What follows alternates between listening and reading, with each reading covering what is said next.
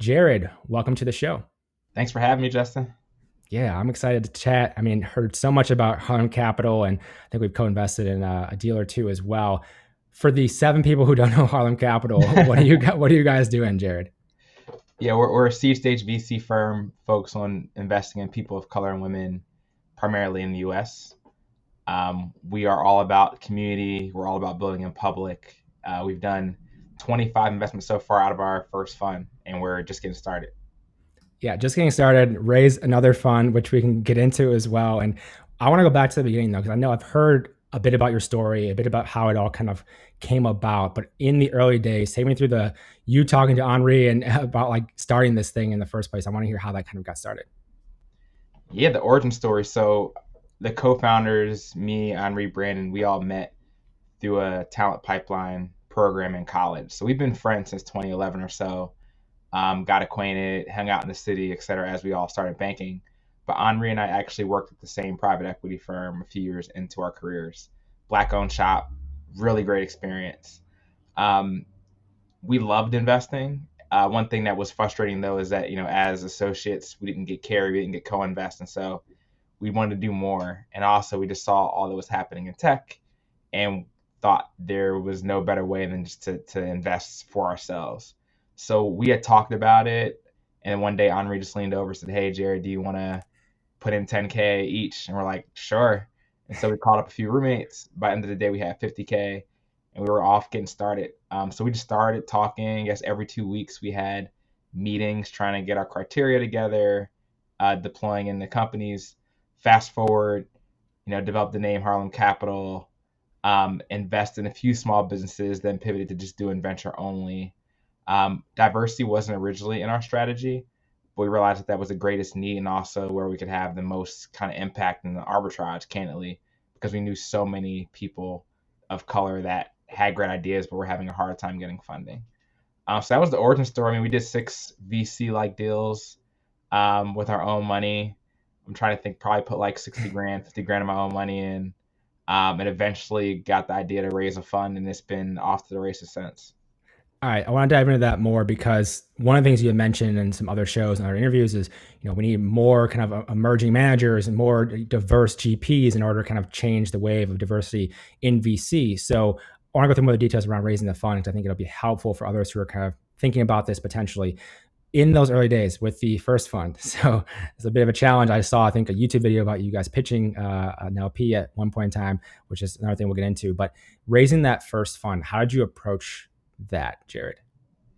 I think we did okay. I mean, it's always hard to fundraise, particularly for your first fund. And we just had a couple knocks against us. I mean, we're young, under 30, no venture experience outside of our angel investing.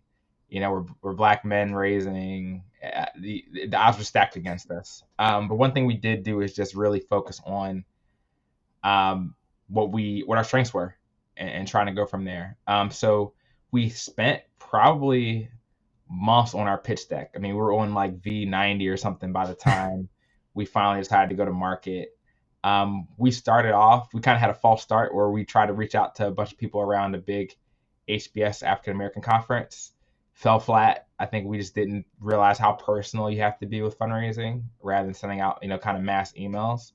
Um, we were fortunate to have Henri and I, we both had a fellowship or a stipend to kind of work on it between our first and second year of business school. So we spent that summer to really focus all in on fundraising and just take it more seriously. So we went to colleagues, professors, friends, family, raised a couple million our first summer. We did get some high profile meetings. Getting a meeting is one thing, converting that meeting is totally different.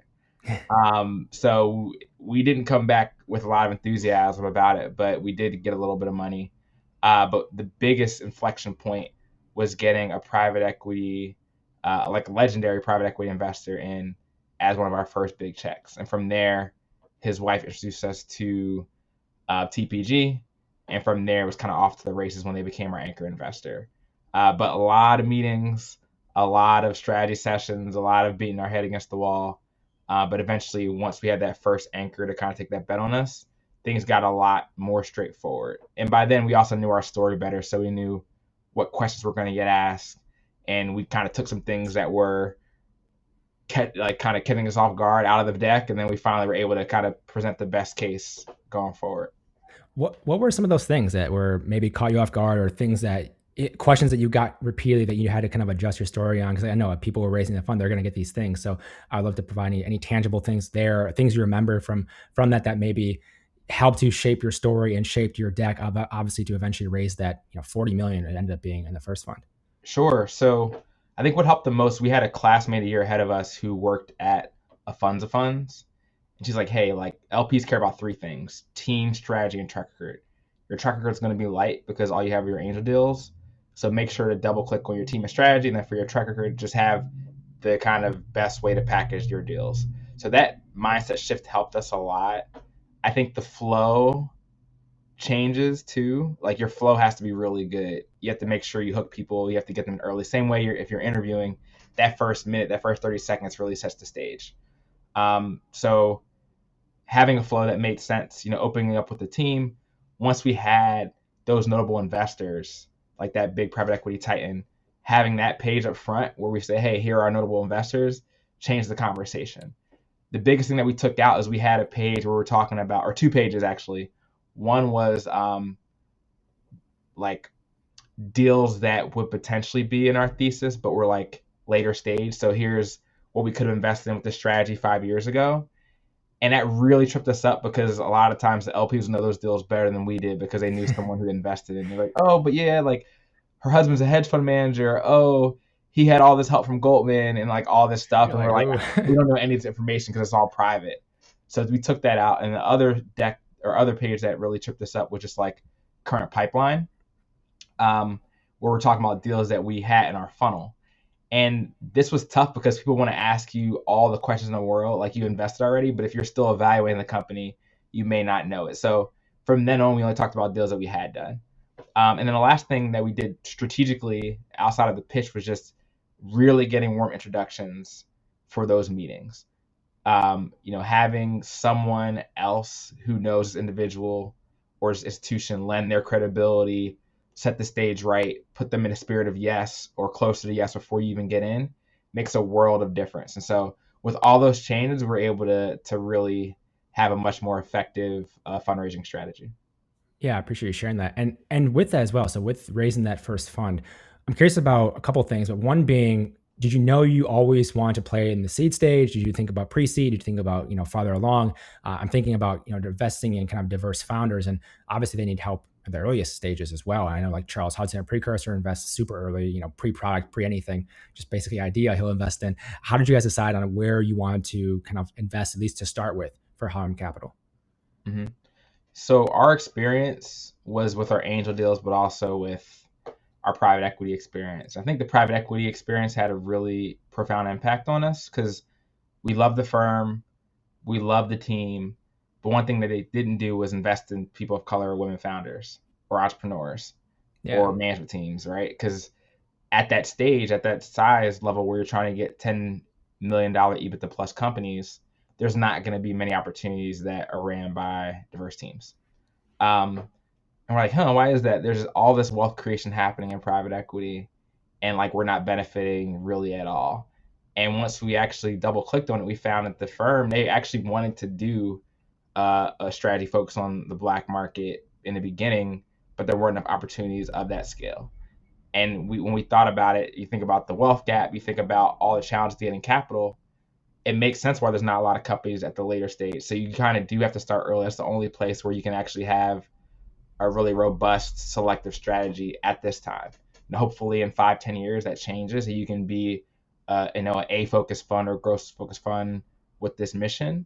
We want to grow into that, but at the beginning, there's such a capital need up front. Minorities are starved for capital in the beginning. And so we saw that as the best business strategy for us to get started with. And from there, it's been proven out. And one of the things with Harlem Capital, so I know just from kind of even before I got into venture, knew the name, knew of you guys. I think a lot of people have heard about you. You've made a splash early on. How did you think about the brand, the content strategy behind this? Because you guys have done a great job with it so far. I'd love to dive deeper into that and how that plays a part into what you do at Harlem Capital. Yeah, we iterated on it a fair amount. in the beginning, we just did what was natural to us. I mean, the name, we were all living in Harlem at the time, and we just knew the name had so much history as a really key cultural center for Black people with a robust history, particularly in the arts and music. And we're like, hey, what if we did this for tech? But we knew the name was a global name that people knew, and it made you feel some type of way when you heard it, And so from there, we decided that that's where we kind of wanted to go, and whether it was going to be Harlem Ventures or whatever, which the Harlem Capital or Harlem Capital Partners in the beginning, it wasn't just a venture strategy. It could potentially expand into growth or buyouts. And so we wanted to make sure we had the capability and flexibility to expand if we wanted to later. In terms of like our branding strategy, it definitely helped to have an influencer in our team, Brandon Bryant, who, had 150K plus followers on Instagram, knew how to take great pictures, knew how to set up, staging. And so we had that element, but also we're young. And so we're social media natives. We all had our own pages, and we just thought that was a great way to distribute what we're trying to do. Like, it's one thing to have a great product. It's a completely different thing to distribute it well and make sure you get in front of people. And so we just posted it whenever we were doing something on our personal pages. Eventually built up the firm's brand. We've just been double and triple down on it because we saw how it affect everything. We sourced better deals. People knew of us before we got in the room, and we're like, hey, if this is working, let's keep doing it.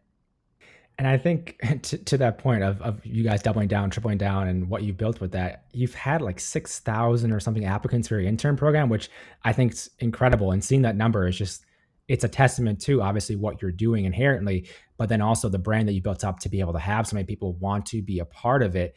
Take me through the intern program, how that came about, how you run that, because I think it seems like such an advantage for you guys in terms of everything you do. I'd love to hear more about how you kind of think through that. Yeah. And one thing you'll notice, kind of tying the last question to this one, is that we've personified the brand.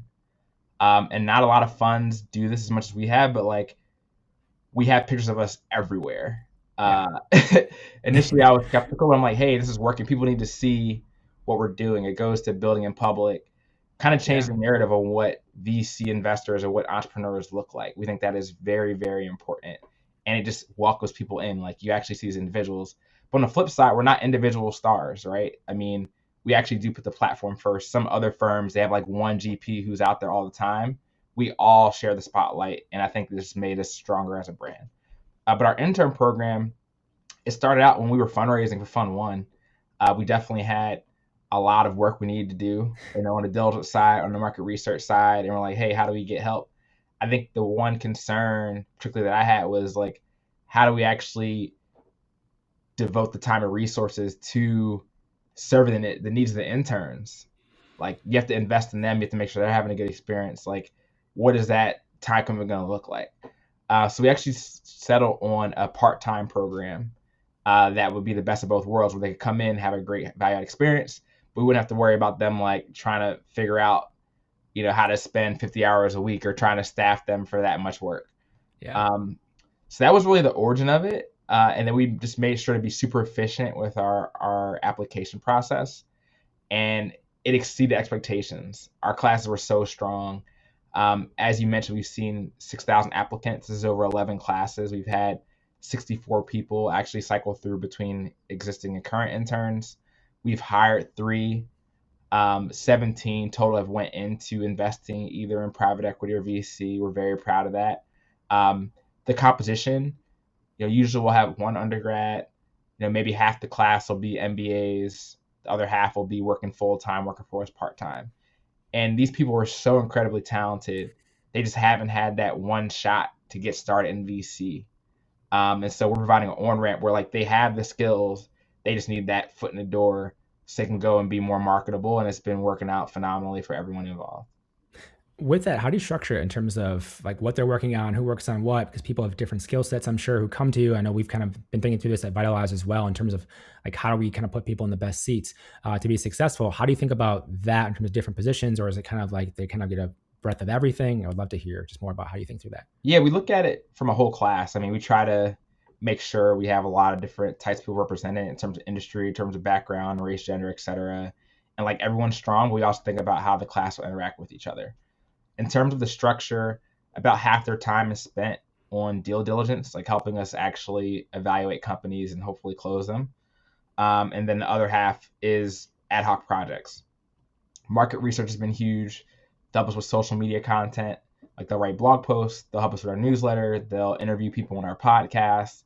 And it's been amazing from a skill perspective. And for their perspective, they get to learn. One thing we try to do is be very transparent. So we actually have them on our deal calls. We talk about everything, fundraising, admin, whatever. And so anyone who's trying to build a firm will learn a lot from working with us. There's not a whole lot that we don't share with our interns.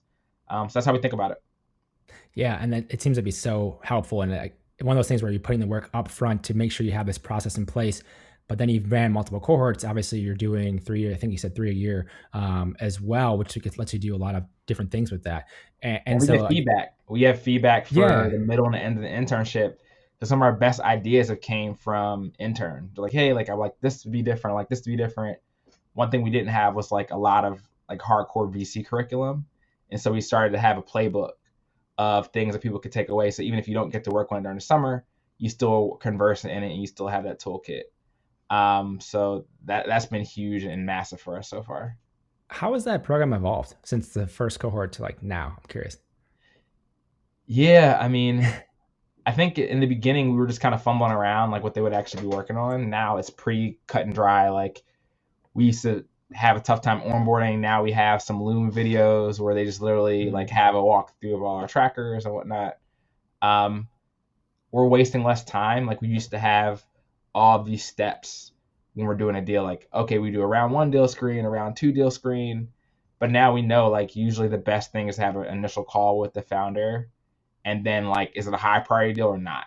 And we have this checkpoint in our diligence process called a pre-memo, where like after we talk to a team, after we make sure it checks our boxes, let's look at 2 things. One is investor feedback. How does the market respond to this founder and this company versus competitive landscape? And 2, can the math actually work? Can this be a deal that can return our fund? So these are 2 things we used to do at the end of our process. Now we do earlier on, and it just saves everyone's time. It helps us move quicker on deals, and it helps us also just make sure that we don't waste the entrepreneur's time as well. Like if there's things that will make this a non-starter for us, let's get that out the way early so everyone is on board. And for the founders listening as well, then diving a little bit deeper into that. I mean, what are you looking for? What are some of the things like, obviously you can only make a certain number of investments, and you raise a new fund that I think you said you're going to make 45 investments out of in total. And that's a small amount, obviously getting to the point of doing your 50 a year to get to 1,000, which we can talk about in terms of your goal. But how are you evaluating founders? What are you looking for in the founders you invest in? Sure. So we have an investment box with 4 things. It's team, market, product, and ownership. So very strong team is always preferred. Someone with a unique reason why they should be starting the company. If you have relevant domain experience, great. If you're technical, great. If you're a repeat founder, great. We don't expect everyone to have all these things, but any one of those things can make you very appealing. We look for big market opportunities. I guess you can create a market. It's less likely, but it's possible.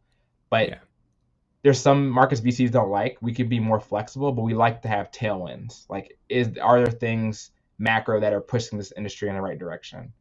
In terms of product, we want differentiated business model, good unit economics, or at least a path to good unit economics. Like some models just will never work. They'll burn a lot of cash. We don't want to do that. Some models scale really well. That's what we're going to try to do.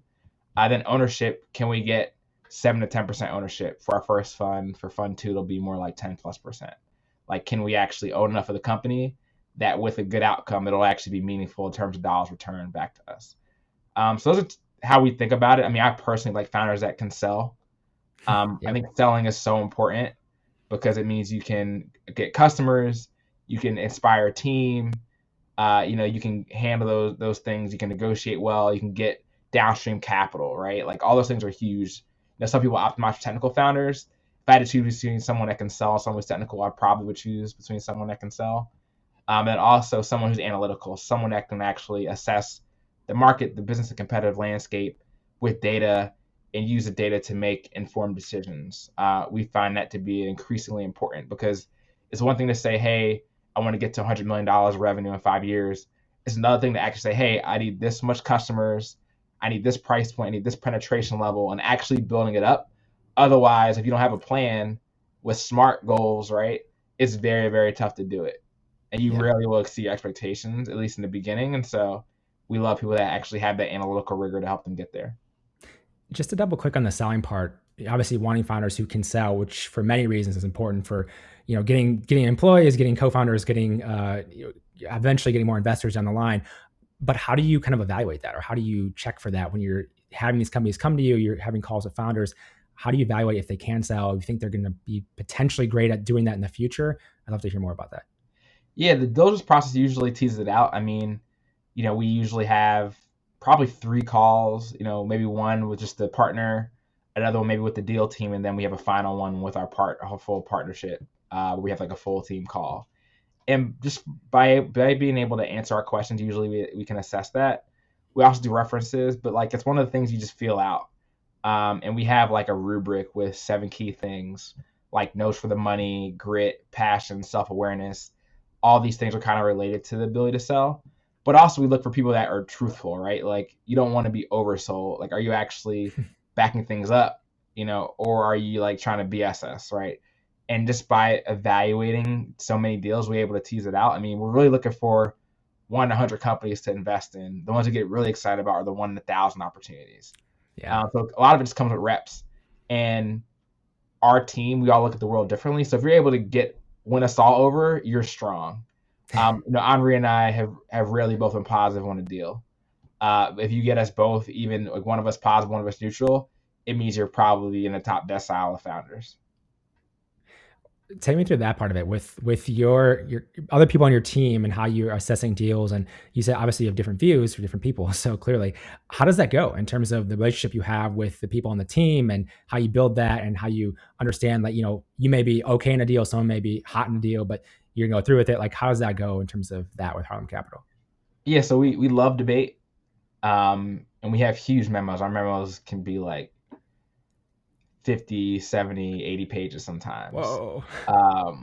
They are landscape. They're like presentation format, so it's not as crazy as like, a Word doc portrait, but our goal is to have everything you need to evaluate the opportunity in that presentation, like all the notes, all the market research, because it just enables the rest of the team to have an informed discussion and it enables for more robust debate. One thing that helps is that we're mission driven. And so no matter, how heated things get, we know we're all trying to do the same thing and we're trying to find the best way there. So that helps. We're also friends. We have a great culture. And so, even if we beat each other up on a deal, like we'll be back hanging out the next day. That's no problem. But in terms of our process, the structure matters. And one thing, like, I pay attention to human psychology, and I just know that like you can optimize for more more productive discussions, but also better outcomes. So like I think your process really does drive that, and we've made modifications. So I talked about it a little bit earlier with our streamlining, but one thing that we realized we hated is that like we're on a full team partner meeting call, and so I was like, hey, I don't know what this company does. You just dropped this on us. Like, why are we even looking at this? We're never going to do this deal. I guess never what you want to happen because the team gets mad. You waste the founder's time. People's body language may show it, and like it just makes you look bad as a firm. So we learned the hard way there. And that kind of goes back to what I was saying. So the first interaction we have with an entrepreneur is like, hey, the partner assesses this. Like, 1 is to check our boxes, like the 4 things I mentioned. 1, 2, is the industry attractive? Is the founder strong? Perfect. From there, do that pre-memo. And I mentioned what goes in the pre-memo, but we actually do the pre-memo before any other partners meet with the team.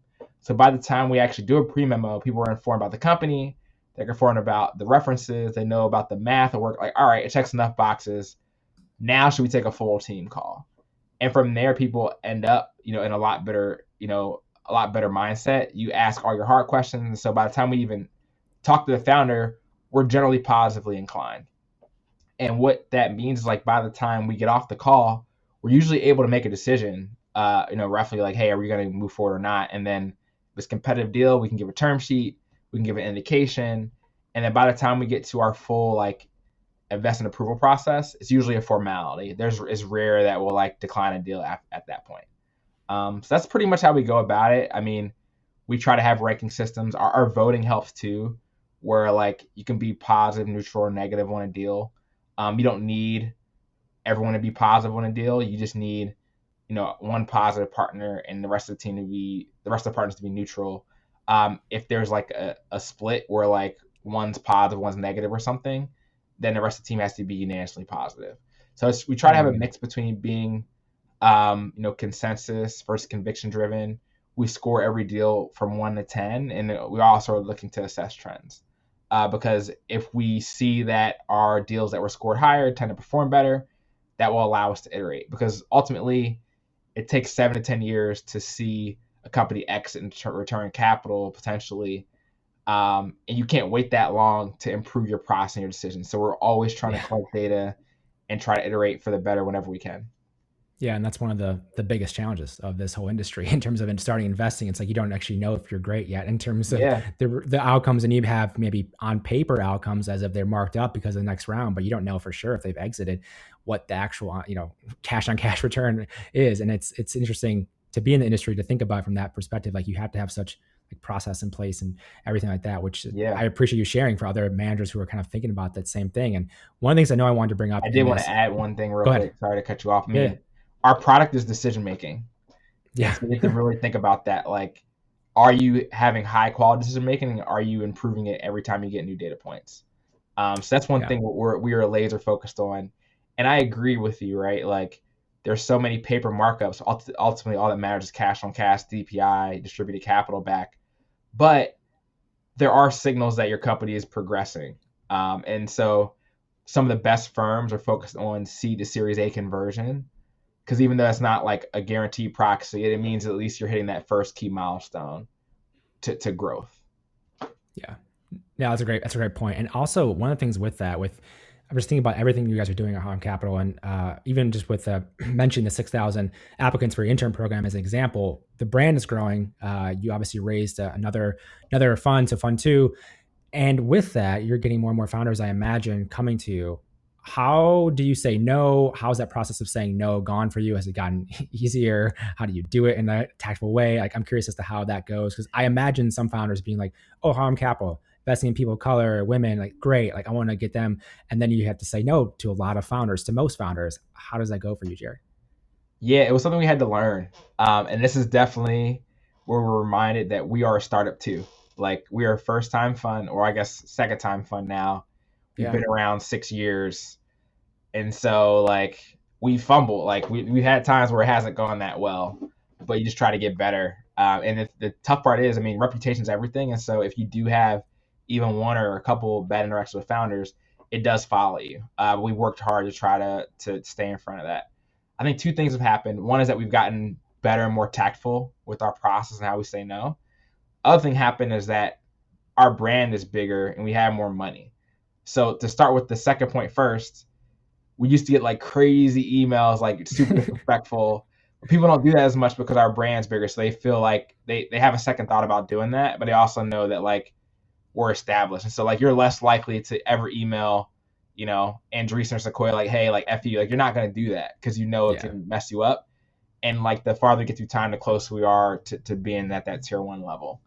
But in terms of what we do, like, the biggest thing is we don't want to waste anyone's time. And so like having a more efficient process where you say yes, no quickly makes sense. We only take calls with like 1 in 6 companies now. And so if there's a reason based on the industry, based on terms, we're able to cycle that out.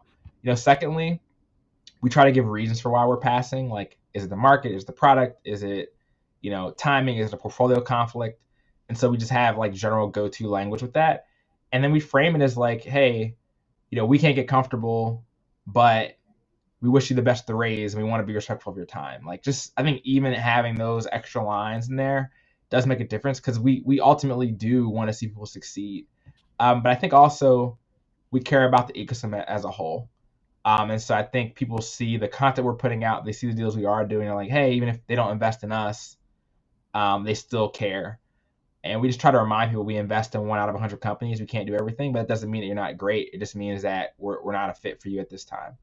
So all those things help.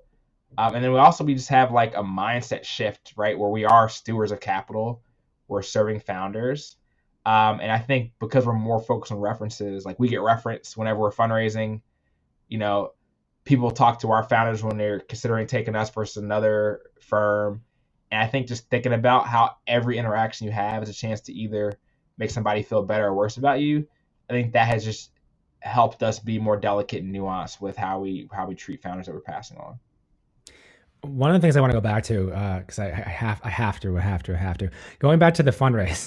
So Yeah. going from fund one to fund two, because fund one obviously incredibly difficult, but also once you get the subsequent funds, you have to show track record, you have to show results from that as well as you get to that point. But you had an oversubscribed fund two raise. From what I read, I think you were targeting maybe around 100 million, and ended up raising 134 million. Take me through that second fundraise when compared to the first fundraise for you.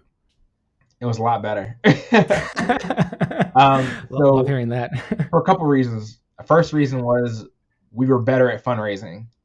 So it's not like we were starting from scratch. We have our materials. We know what strategies to do. We know how to get warm intros. We also have existing investors.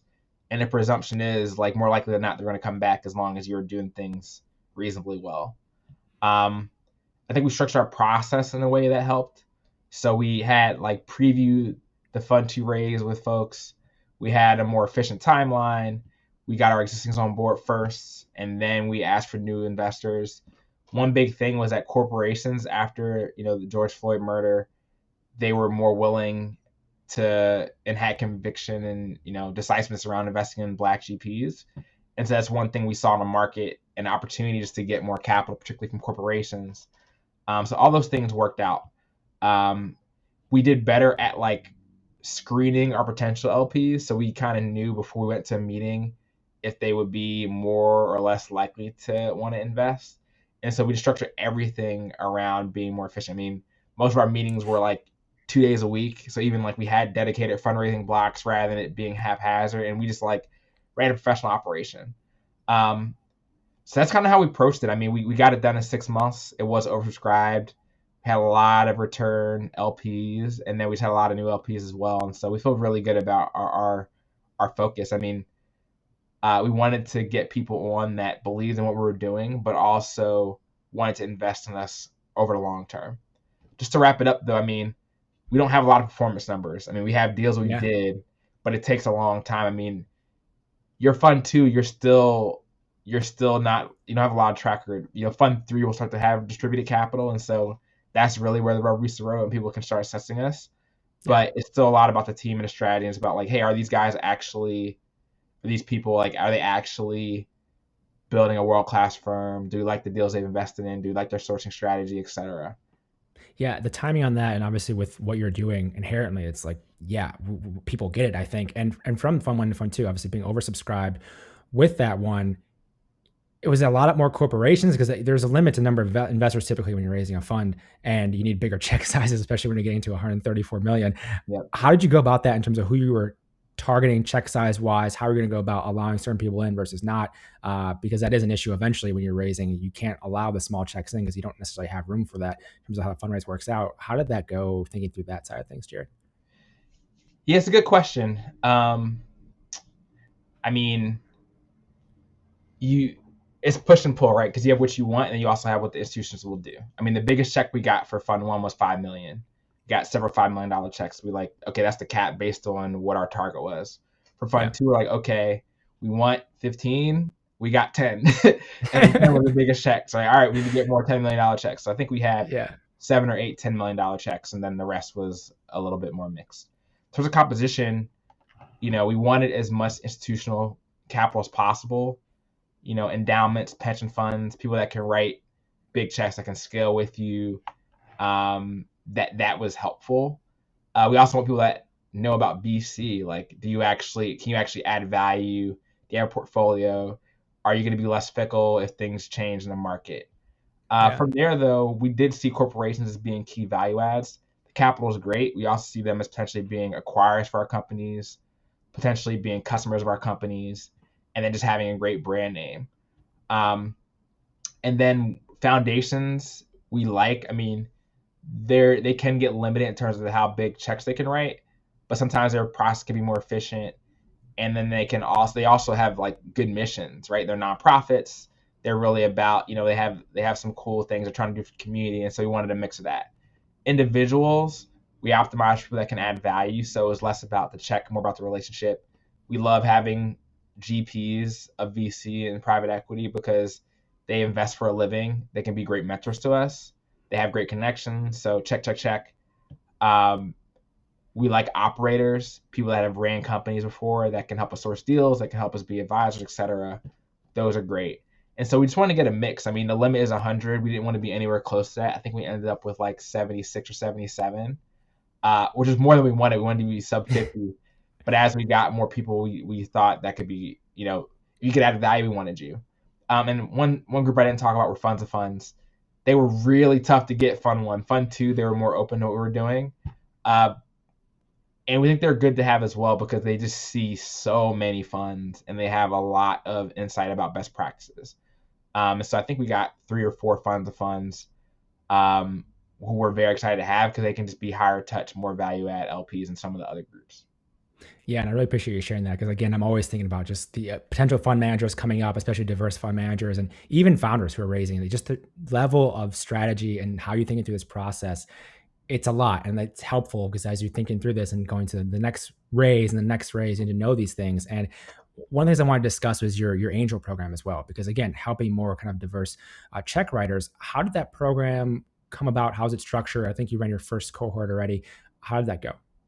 Yeah, so our angel program came about a couple ways. One, we heard about other VC scout programs, and we're not yet ready to have like Harlem Capital light scout deals. We're not really ready to give other people capital. Like, we're still a new fund. We want to make sure we keep our brand and everything pretty tight. Yeah. But we do want to bring more people in the ecosystem. So that was one. I think the second thing is we're looking at a deal, and we were trying to get into a syndicate with a tier one. It didn't work out. And they actually didn't bring in another new fund outside of the lead, but they had a bunch of angels. So we saw how powerful it was to have like a lead, existing investors, and then just have a bunch of angels that had like literally direct experience in that category and how powerful it could be from a capital raising and value add perspective. So like, all right, man, it would be so great if we could do that as well. So that's how we thought about it. And the challenge was just like, how do you make sure it is interesting, informative, and not too burdensome for us given we already have the intern program, which is not going away. So it went pretty well. I mean, I think we had 7 operators in the program. They all have really cool experiences. I think they all had, maybe between 5 to 10 years of experience. They all have capital. They all want to do it. And these people that were like primed to be good angel investors, but maybe didn't have the playbooks or didn't have a lot of time. So like, hey, let's like give you all the insight that we have you work with some high priority deals, have you into the fold, and make it rigorous like our intern program. And it worked out pretty well. I think, we've gotten some suggestions that we could do a little bit lower touch, higher volume, but we prefer the curation method. Like, we want everyone who's affiliated with our brand to have a good in-depth experience, and that can be an advocate and champion for us going forward.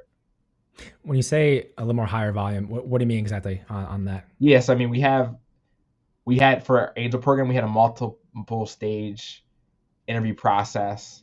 It's 6 weeks. We actually have them work on high priority deals. And so it's basically the same load as an intern program, and we can't have much more than 6 or 7 people.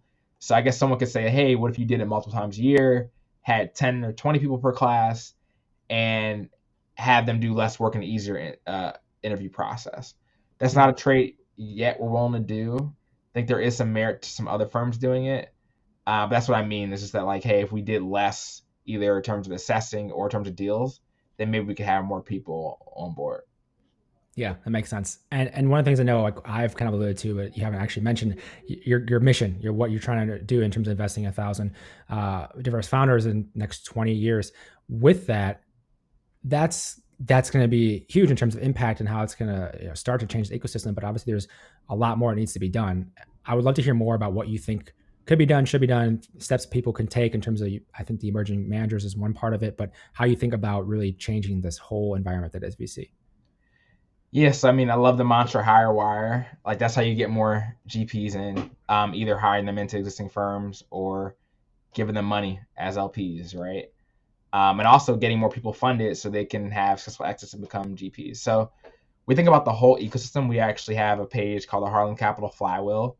And we just think about like all the steps, right? You need friends and family, you need angel capital, then you need strong seed investors, then you need strong downstream capital, You need LPs to fund the GPs.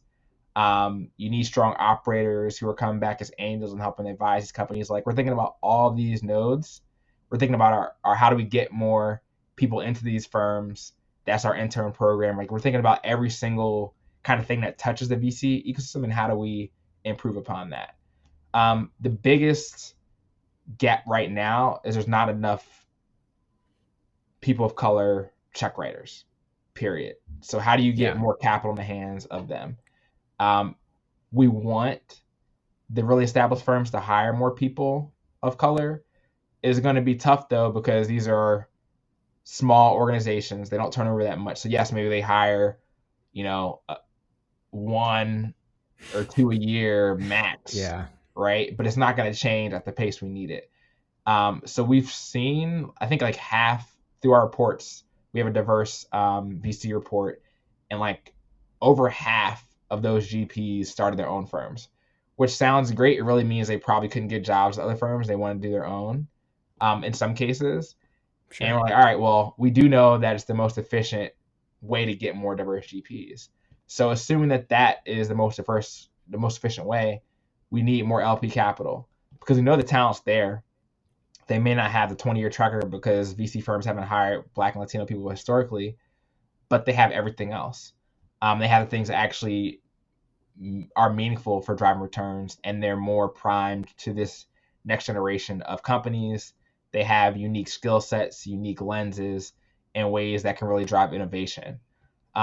So capital has been the biggest thing, and I think the corporations have done a really good job with stepping out there. Hopefully that continues to persist over time. We like other VCs that are stepping in. Insight Partners just announced they did a $15 million investments in diverse managers. We were one of the recipients, and like that is great. But you still need the scalable capital, the endowments, the foundations, the pension funds to all step up. And I think the structural challenge is that like the playbook and the school of thought is like you want fewer GPs in your portfolio, and you just want to give them almost all your capital. And that's going to bias against newer entrants who are going to be more diverse.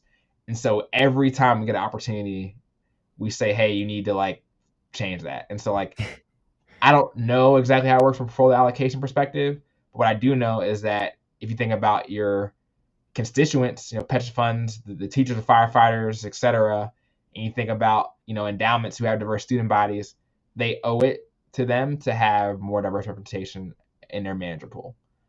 So we'll continue to beat that horse. I mean, in the meantime, all we'll do is make money for our LPs, and I think that will help them. Is like once they start seeing performance, then we'll be better suited to make the case for having more diverse managers. Because I think we're going to outperform, right? The bar is so high that to get to this point, you're going to be very convicted, have a great strategy, you're going to stick around, everything is going to be tight. And so, there is an arbitrage still by backing people of color managers. Yeah, and to that point, I know we're almost out of time, so I want to wrap things up here. But for the people, whether it be working at tech companies or thinking about just anyone really, people of color or women who are thinking, oh, I think I want to start a fund, because they hear this conversation, they hear those conversations from other people around the same thing. It's like more diverse check writers. What would you tell them as a starting point? What would you tell them they should do, or the path to follow potentially? Because you guys pulled it off, which is amazing. Seems like you're on a great trajectory, but obviously we need more. So what else would you tell them as we kind of wrap things up here? Yeah, the first thing I would say to anyone who is starting a fund is why you? Like, why are you uniquely positioned to do that? Quick anecdote. We were a couple months into fundraising. We had a meeting with a potential LP at the Harvard Club. We're in the library, it's quiet. And he asks us why you, and we give him an answer. He's not satisfied with the answer. He stands up and is yelling at us, why you? And I'm like, oh my goodness, I'm so embarrassed. I want to crawl under the table and run out of here. But like, we'll never forget that. And by the time we had a meeting with a huge private equity person that next week, like we were prepared. And so make sure you have an answer to that question. Like, you're trying to separate people from their money. You have to have a compelling reason for why you're uniquely positioned to do this. The second thing is like, what are your unique strengths? And what work for others may not work for you, but you probably have advantages that they don't have. One thing that we did have is private equity experience. We're in New York. We had access to mentors and stuff that worked at private equity firms. they are liquid. They have plenty of capital. They have plenty of connections to top LPs. And so we just started with that market, and it worked out phenomenally well for us. And so think about it. Like, do you have family office connections? Do you have a lot of VC connections? Do you have great operating experience? Like, whatever it is that makes you special, just double and triple down on that. Because if you don't, then you're just waste time and energy. I would say, like, find those two key things and just like keep doing it over and over again. And then once you get people to support you, get them to introduce you to their friends, and from there you just keep the flywheel going. I love it. There's so much more we could get into it. We're out of time here. Jarrid, where can people go to learn more about Harlem Capital, connect with you as well if they'd like to? Sure. Two ways. Go to our website, harlem.capital.